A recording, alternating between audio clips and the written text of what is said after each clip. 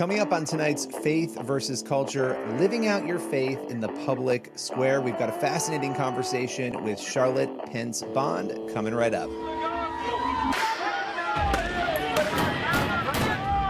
have sex before you marry is a bad idea. Don't tell me there's no such thing as gun violence. That just depends on your definition of when life begins. There are problems of sin and habit that cannot be solved outside the person of our Lord Jesus Christ.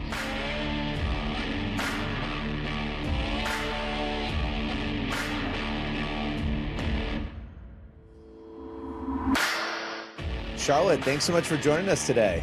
Thanks for having me on. This is great. All right, so we've got a lot to dig into and to dive into today, but I have to start here. And we've talked about this, you and I, a lot in the past, but I think your story is so unique and interesting for so many reasons. You grew up in a very public family. Obviously, your father, Vice President Mike Pence, he served as vice president. He served as a governor. He's done a lot of things across the board. What was it like for you growing up in such a public family? You know, it's interesting. First of all, thanks for having me on. This is so fun to talk again. It's kind of boring. I don't know that it was that weird to me, because when it's all you know, it's just all you know. And I wrote about this a little bit in a book I wrote about my dad, that we kind of, I think my parents really had a normal upbringing for us. I mean, it was kind of like, okay, this is my dad's job. But at the end of the day, there wasn't any, it wasn't that weird. And we were encouraged to go to anything we wanted to go to. Like, we were welcome to go to it, but we didn't have to go to anything. And so, we didn't have to go to any public events if we didn't want to. So it really was just a family thing, that we kind of did together. And I think that kind of continued even into, later on when he was in a much more public, setting. Yeah, I think so often anybody who grew up in a Christian home, and certainly somebody who grew up in a really prominent home with parents who are believers, it's difficult to make that transition from having faith that's your faith and just having faith kind of because our family is a group of believers. So I wanted to ask, what was your journey to salvation like? What was that process for you to actually take on a faith of your own? Yeah, so I obviously did grow up in a Christian household. I always really had a personal faith, but in college I did kind of go away from it. Kind of was like, okay, what if I just don't follow all the rules? I don't do all the things you're supposed to do. And I think I always believed in God and Jesus, but I just was I kind of fell away or a little bit. And then I was studying abroad. And when I was coming back from studying abroad, I sort of had, in that time period, a sort of an experience where I just really felt God's presence, and it was very clear to me. And I looked back over this journal I had kept throughout the whole year, and I had noticed that, at times I had written down things that had stuck out to me or been important to me, and maybe they were a Bible verse or a Christian song.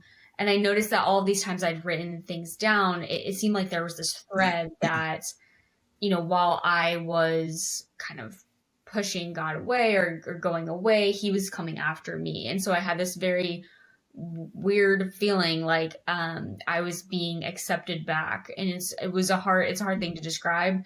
And so from then on, I really had my faith was very, very real to me. So I think it is important to kind of not just to question your faith, but to ask questions about it, and to, like, we've talked about this.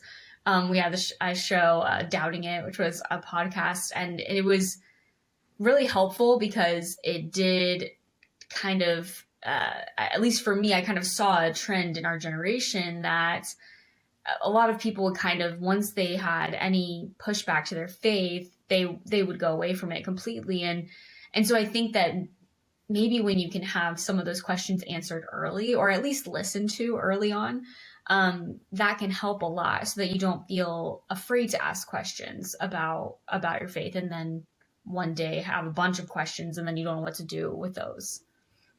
Yeah, and that's what you did so well on that podcast, Doubting, is you went through people's stories and talked about their doubts and the things they went through, and we're seeing that a lot with our generation, as you said. But one thing that's so interesting about your family is you've very much so become known as a family that loves Jesus, right? Your faith is at the forefront for all of you. What would you say your parents did that was really effective for you guys growing up, that made it so much easier for you to connect all those dots when you hit that period in your life? Well, I think they did really encourage us to, have our beliefs be our own, no matter what belief we're talking about. It was, my parents had, an understanding of, we're showing you this is what we believe in various, various ways, various genres, I guess, if that makes sense. And then, but, you have to decide what you believe on your own, but this is what we believe. I think there was, and that was kind of, I don't know, definitely, with other ideas about, culture, beliefs.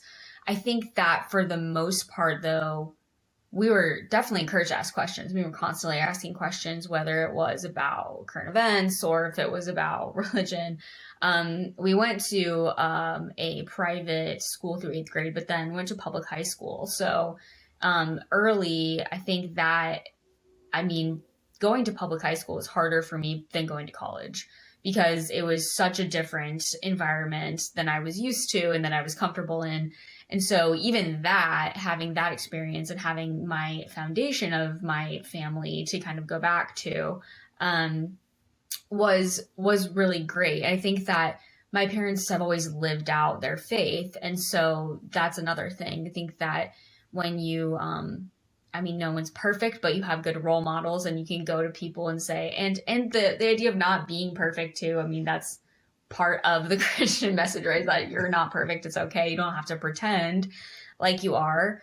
But I think too, and on that podcast, I think the first episode we did was with Eric Metaxas, and he really convicted me on it. And I've remembered so many times, because we were talking about doubt and having doubts about your faith. And he was like, you're not supposed to doubt forever, though. He was like, it's okay to have questions, but there are answers to your questions. And that's actually biblical, that you can find the answers. You're not supposed to live in doubt. And he kind of was saying, doubt is kind of a cool thing, a little bit of like, I'm a Christian, but I'm not totally sure. Or, I practice this, but anything else could be also true. That's kind of trendy. And he was kind of calling me out on it and saying, this isn't supposed to be like how you live forever. You're supposed to ask questions, but you also get answers. And so I think having a place to go to ask questions, no matter where it is so important for young people, definitely. Yeah, for sure. Look, I think the thing to remember as Christians is to know, like you said, it's great to have questions, but then to realize that our God is big enough for those questions. So don't be afraid to take them to him and to other believers, but seek answers. Don't just leave the question unanswered, So. Mm-hmm. And something you mentioned too about your parents having laid a strong foundation of faith. I think that's so critical, particularly in this day and age when people, and particularly young kids, teens, are being pulled in so many different directions. And the thing that comes to mind most readily is like the sexuality issue and the left's push to kind of redefine identity. It seems like identity is at the center of this new sexual revolution, if you want to call it that. I want to ask, as believers, as Christians, how should we see our identity? Yeah, that's a big question. I think in general, I do think that our identity, obviously, it has to be found in something bigger than, what's, it has to be in something bigger in how Christ sees us, which is an easy thing to say and a really hard thing to do. And I think that there's, we believe as Christians, there's a right way, that we have Christ as someone to go to, with everything. And so I think it's like we were saying earlier about not being perfect, and understanding that you don't need to, go along with certain things. You don't need to, necessarily hide, certain things either, but bringing things to the light, and also, just taking everything to God, I think. And I think that's how we keep going after finding that identity in Christ, and not necessarily in things that are changeable and movable. Well, Charlotte, we're going to be right back after the break with more. We've got a lot more to talk about here on Faith versus Culture.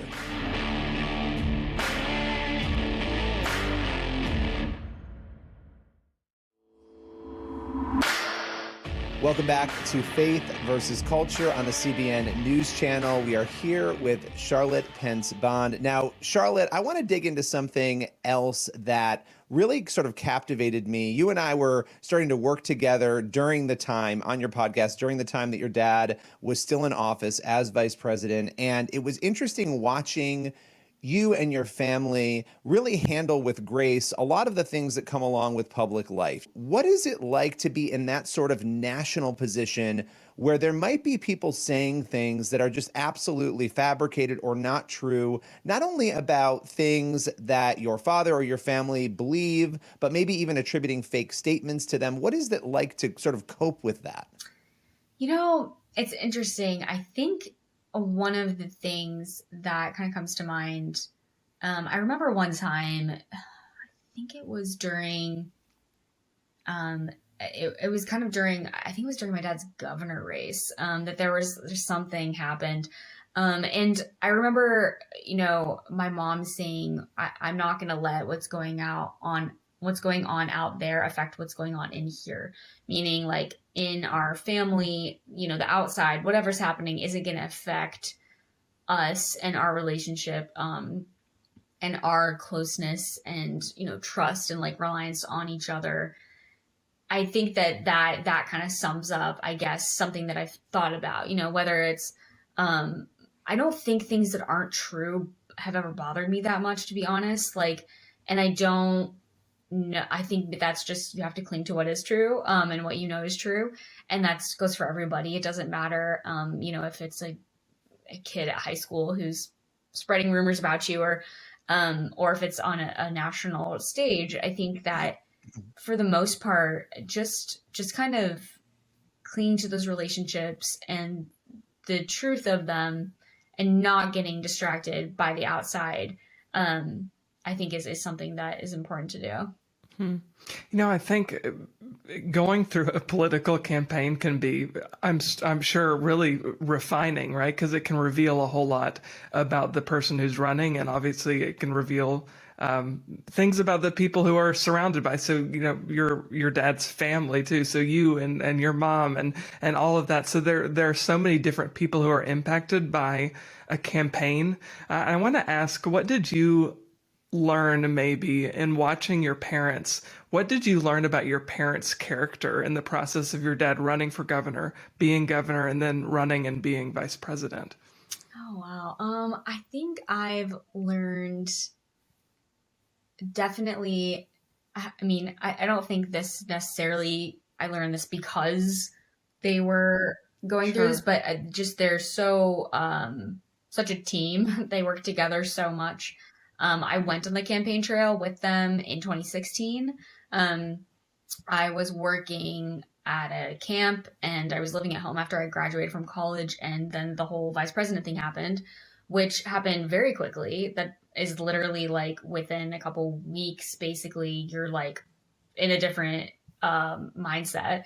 And so I went on the campaign trail with them pretty much the whole time. And so that was really enlightening. I got to see my mom as a as a leader too, as a boss. I mean, she'd been a teacher, she'd been a first lady, she'd done so many things as a congressional spouse, but she'd been my teacher. But seeing her in so many roles and with people, and like there's so many logistical things that you have to do, and so that was really awesome. I think that, I mean, yeah, I think just their faith in general was so evident always, but especially during that time.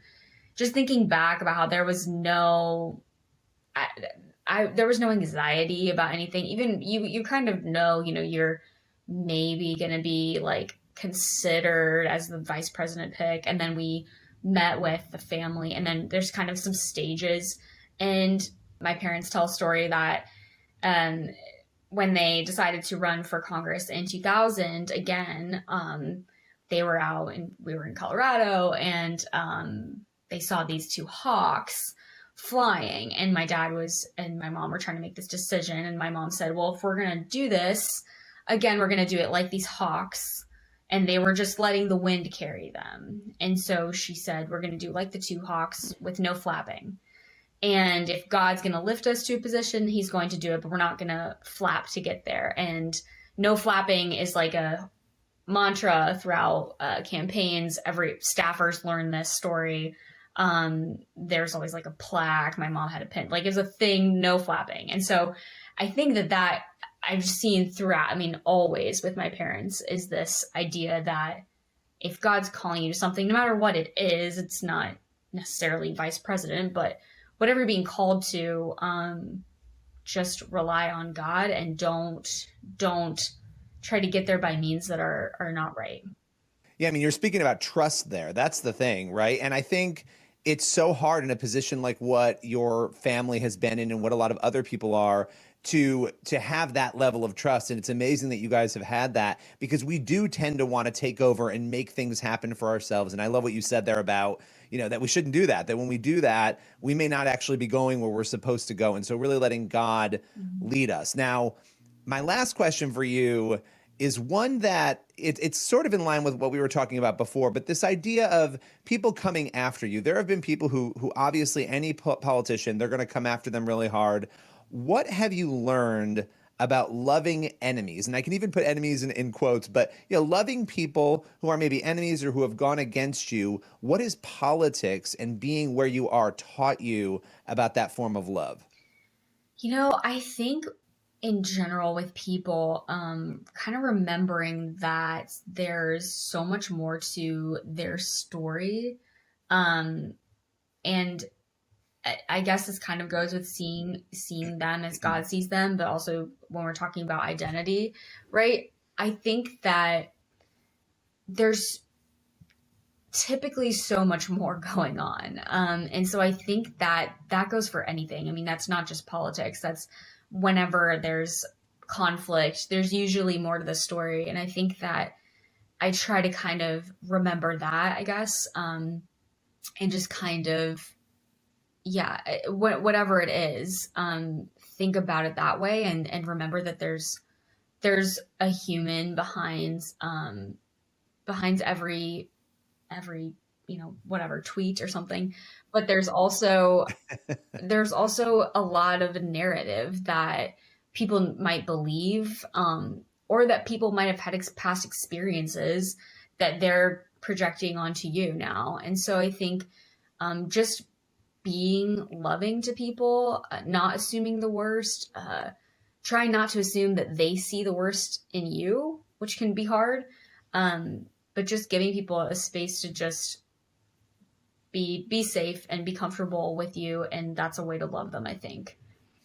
Well, Charlotte, thank you so much for taking the time and just sharing your journey. You've had an incredible journey, and we appreciate you taking us through it today. Thanks so much for having me on, guys. This is great. Everyone else will be back after the break with a little bit more of Faith versus Culture.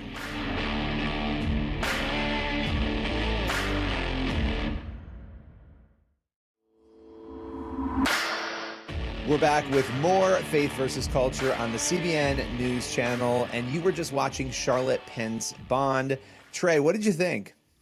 Look, I think anytime anybody, like I asked her, having grown up in a Christian home, it's difficult to kind of separate your parents' faith and the faith that you inherited, and find your own faith. And I think that there's probably even, not that it's more difficult or better or worse, it just is different. When you grow up in a prominent family, that's an additional layer. So, there are expectations put on you that might not be put on somebody who's not well known. So it's always interesting to hear somebody's story in a position like Charlotte was in. So I just thought it was a fascinating conversation and a great topic to discuss. Yeah, and I think, for me, the big takeaway at the end that I really loved was when she talked about you don't really know where people are coming from, what their story is, and seeing people through the lens of God, right? That when we're attacked or we go through things or somebody's tweeting us nasty from an egg account, saying something horrific to us, rather than reacting in a very negative way, having that love, Jesus is pretty clear on this. You're supposed to love your enemies, clothe them, feed them, not mean tweet back at them, right? And we all fall short, but I thought having somebody in that position whose own father and family has been trashed and tarnished like any politician is, walk away with that perspective, I found that to be really helpful.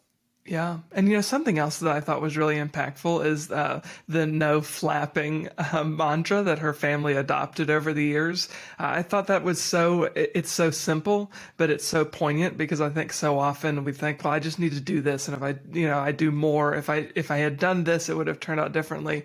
And look, Scripture says that we should be hardworking and that we should, be obedient to doing what God has called us to. But we also shouldn't just be aimlessly walking around seeking out God's will. We can find it just by going to him in prayer, by studying Scripture, and we can know that God's will is just us honoring God wherever he's placed us. So we don't have to do the work of figuring out where we belong. God will handle that for us. That is an amazing way to end that portion of the conversation, and we will be back in just a moment to close out Faith versus Culture.